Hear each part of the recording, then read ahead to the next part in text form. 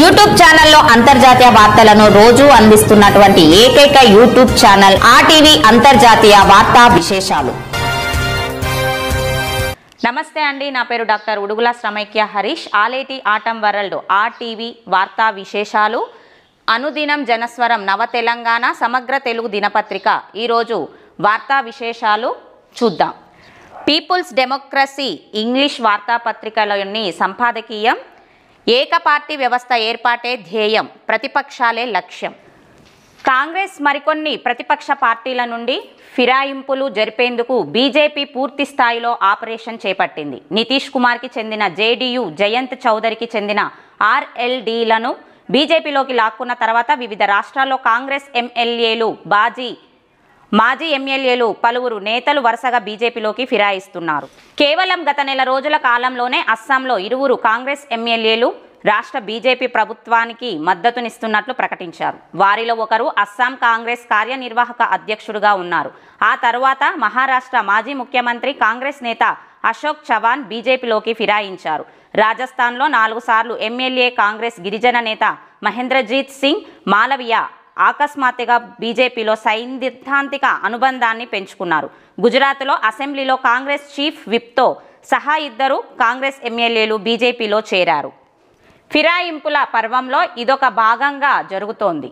కాంగ్రెస్ కొంతమంది ప్రతిపక్ష నేతలను బీజేపీలోకి ఫిరాయించేలా, ఆ పార్టీలో చేరేలా బీజేపీ ద్వంద్వ ఎత్తుగడలకు పాల్పడుతోంది. ఇందుకోసం బలవంతపు చర్యలను ఉపయోగించటం, రాయితీల ఆశ చూపటం అంటే బెదిరించటం, ప్రలోభపెట్టటం రెండు ప్రయోగిస్తుంది. ఇందులో బెదిరింపు అంటే ఎన్ఫోర్స్మెంట్ డైరెక్టరేట్, సిబిఐ వంటి కేంద్ర దర్యాప్తు సంస్థలను నేతలకు గురిపెట్టడం. ఇక ప్రలోభం పెట్టడం అంటే నేతలపై గల అన్ని అవినీతి ఆరోపణల నుండి విముక్తిని ప్రసాదించటం. ఎన్నికల్లో పోటీ చేయడానికి టికెట్లు ఇవ్వటం, పెద్ద మొత్తంలో ఉదారంగా డబ్బులు ఇవ్వటం వంటివి ఉన్నాయి. బీజేపీలో చేరటం వల్ల కలిగే లాభాలను కనుగొన్న వారిలో అనేక మంది అవినీతికి సంబంధించిన కేసులను లేదా దర్యాప్తును ఎదుర్కొంటున్న వారే. ఇందుకు అశోక్ చవాన్ ప్రధాన ఉదాహరణ. ఆదర్శ్ గృహ నిర్మాణ కుంభకోణంలో ఆయన నిందితుడుగా ఉన్నారు. అంతకుముందు ఎన్సీపీలో చీలిక వచ్చి ఈడీ, సిబిఐ వంటి బెదిరింపు బలవంతపు ఎత్తుగడలకు కూడా లొంగని వారికి జైలు ఊచలు వేచి చూస్తుంటాయి. జార్ఖండ్ ముఖ్యమంత్రిగా ఉన్న హేమంత్ సోరెన్ విషయంలో జరిగింది అదే. ఢిల్లీ మంత్రి అరవింద్ కేజ్రీవాల్ అరెస్టు బెదిరింపులు కూడా అవే. ప్రతిపక్షాన్ని మొత్తంగా నిర్మూలించి ఏకపార్టీ వ్యవస్థను నెలకొల్పాలన్నదే బీజేపీ నాయకత్వ లక్ష్యంగా ఉంది. అస్సాంలో నిజమైన ప్రతిపక్షం అంటూ ఏమీ లేదు అని అస్సాం ముఖ్యమంత్రి హిమంత్ బిశ్వా శర్మే స్వయంగా వ్యాఖ్యానించారు. ఎమ్మెల్యేలందరూ రాష్ట్ర కేంద్ర ప్రభుత్వాలకు మద్దతునిచ్చే రాష్ట్రం ఇదే కానుందంటూ ఆయన ప్రగల్భాలు పలికారు. హిమాచల్ ప్రదేశ్, ఉత్తరప్రదేశ్లో ఇటీవల ముగిసిన రాజ్యసభ ఎన్నికల్లో జరిగింది చూస్తే ఇదంతా కూడా ఒక మాస్టర్ ప్లాన్ అని, దాని ప్రకారమే బీజేపీ వ్యవహరిస్తోందని స్పష్టమవుతుంది.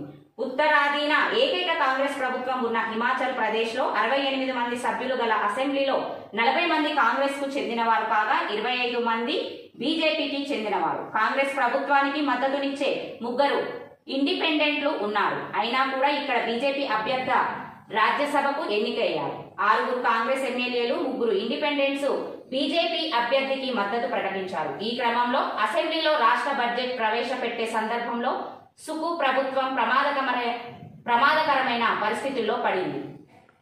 ఉత్తరప్రదేశ్లో 10 సీట్లకు ఎన్నికలు జరుగుతుండగా సమాజ్వాదీ పార్టీకి అసెంబ్లీలో బలాన్ని బట్టి 3 సీట్లు గెలుచుకోవచ్చు. కానీ ఎస్పీకి చెందిన 7 ఎమ్మెల్యేలు పార్టీ ఫిరాయించి బీజేపీకి ఓటు వేశారు. వీరిలో ఎస్పీ చీఫ్ కూడా ఉన్నారు. ఆ రకంగా బీజేపీ అదనంగా 2 రాజ్యసభ స్థానాల్లో గెలుపొందింది. హిమాచల్ ప్రదేశ్ లో రాష్ట్ర ప్రభుత్వ మనుగడకు ముప్పుగా కూడా మారింది. ఈ పరిణామం కాంగ్రెస్ పార్టీకి, దాని నాయకత్వానికి తీవ్ర ఆందోళన కలిగించింది.